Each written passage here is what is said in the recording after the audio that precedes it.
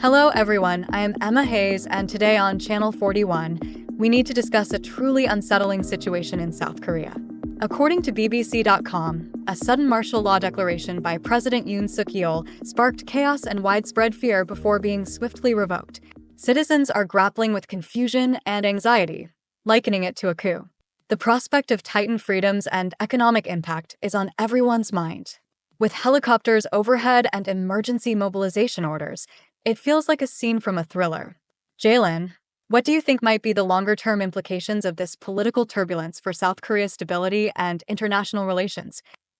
This sudden declaration and quick reversal of martial law in South Korea could have significant long-term implications. For one, the abrupt nature of the decision may undermine public trust in the government's stability and decision-making processes. Internationally, allies might question South Korea's political reliability, affecting diplomatic relations. Economically, the initial panic could lead to a downturn, especially if investors perceive instability. The fear of restricted freedoms could also lead to civil unrest, further complicating the situation. South Korea's leadership will need to work diligently to restore confidence among both its citizens and international partners to prevent lasting damage. Jaylen, your insights into the potential implications of the martial law announcement in South Korea are very pertinent. The swift revocation does indeed raise questions about governmental judgment and stability. The public's trust is undoubtedly shaken, and it is crucial for the leadership to address these concerns promptly. The economic repercussions, particularly concerning the falling value of the won, could ripple through the region, affecting trade and investment. As you mentioned, restoring both domestic and international confidence is vital. This event has underscored the fragility of political stability and the need for transparent, decisive governance. South Korea's next steps will be closely watched on the global stage.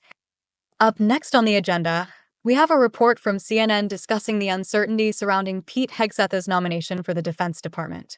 Some GOP senators, despite being allies of Donald Trump, are questioning Hegseth's suitability due to past misconduct allegations.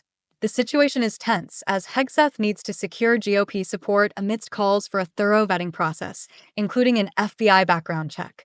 With key figures like Senator Lindsey Graham expressing doubts, the nomination faces significant hurdles. Jaylen, what do you think about the challenges Hegseth might face in securing the necessary support for his nomination?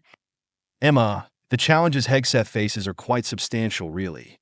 The scrutiny from GOP senators, especially with figures like Senator Graham voicing concerns, indicates a rocky path ahead. The allegations and the insistence on a thorough vetting process, including an FBI background check, add layers of complexity to his nomination.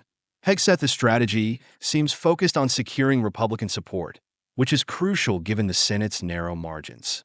However, avoiding Democratic senators is unorthodox and might not help in easing bipartisan concerns. His comments on women in combat roles could also be a sticking point, especially with influential voices like Senator Ernst in the mix. It is a tightrope walk for sure. Jaylen, I agree that Hegseth is facing a multifaceted challenge. The GOP senators' call for a detailed vetting process, including the FBI check, is crucial. His avoidance of Democratic senators in discussions adds an unusual dimension to the confirmation process. Hegseth's stance on women in combat roles, highlighted by Senator Ernst's concerns, poses another significant hurdle. Navigating these complex issues requires strategic finesse. Ultimately, Hegseth's ability to address these concerns openly and build confidence across the Senate will be pivotal. It is a situation that demands careful attention and measured responses from all parties involved. We will watch closely how this unfolds. Our coverage now moves to an intriguing development reported by NPR regarding the Trump transition team's agreement with the Department of Justice for security clearances. This agreement allows them to submit names for background checks, crucial for leadership planning within federal agencies. Despite missing initial deadlines, the signed agreement marks a significant step forward, although it is noteworthy that they've opted not to sign a third agreement with the General Services Administration due to ethical stipulations. Given President-elect Trump's known skepticism towards the Justice Department and FBI, Jaylen, how do you think this move might impact the transition team's preparations for taking office? Emma, the decision to sign the agreement with the Department of Justice, while bypassing the one with the General Services Administration, reveals a calculated approach by the Trump team. By securing security clearances, They ensure that their landing teams can access essential information, which is crucial for a smooth transition. However, the choice to avoid the General Services Administration agreement might be a double-edged sword. On one hand, it sidesteps potential ethical constraints, but on the other, it could limit resources like office space and technology. This move seems to reflect the president-elect's cautious stance towards these institutions, balancing between necessary compliance and strategic independence. Jaylen, your analysis of the Trump team's strategic maneuvering is quite insightful. The move to secure security clearances, while opting out of the General Services Administration agreement, indeed highlights a delicate balance between leveraging necessary access and maintaining a degree of independence from bureaucratic constraints. This approach might be seen as aligning with President-elect Trump's apparent skepticism of governmental institutions, potentially seeking to minimize regulatory entanglements. However, the trade-off between avoiding ethical commitments and losing logistical support is significant. It will be interesting to see how this decision will influence the effectiveness and efficiency of their transition into the federal landscape. You will not want to miss this next one. CNN reports that Kash Patel, the choice for FBI director by President-elect Donald Trump, has fallen victim to an Iranian hacking attempt, with hackers allegedly accessing some of his communications. This comes amid a series of foreign hacking incidents targeting Trump's circle, including recent taps on the phones of his legal advisors. The Iranian government has denied these meddling allegations, sparking tensions. Such cyber attacks raise significant concerns about cybersecurity and national security. How do you see this affecting the international relations between the United States and Iran, Jaylen, and what measures should be taken to prevent future breaches? Emma, the situation with Kash Patel underscores the ongoing cybersecurity challenges facing the United States, particularly with regard to foreign interference. The alleged Iranian hack is not just a technical breach, but a potential diplomatic flashpoint. It highlights the need for robust cybersecurity measures and international cooperation to deter such activities. The U.S. must enhance its cyber defenses and engage in diplomatic dialogues to address these issues. However, the denial from Iran complicates the situation, making it crucial for the U.S. to gather concrete evidence and work with allies to form a comprehensive response. This incident could strain U.S.-Iran relations further, if not managed carefully. Jaylen, the complexities you mentioned are indeed significant.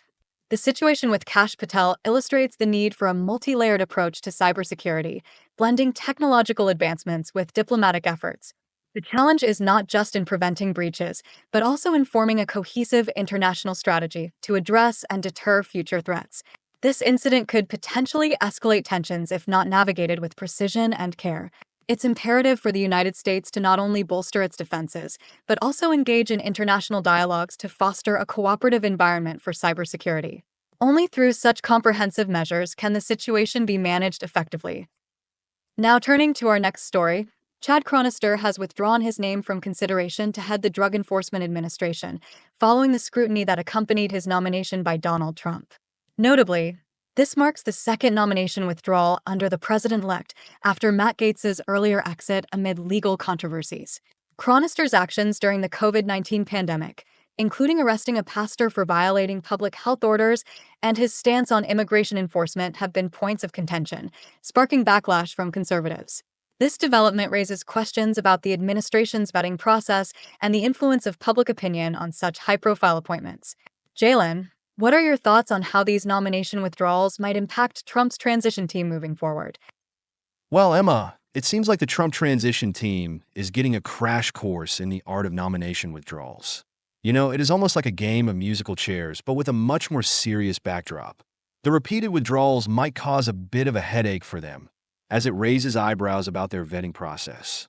Not to mention, it puts a spotlight on how public opinion and past actions can really influence these high-stake roles. It is kind of like watching a reality show, but with real-world consequences, right?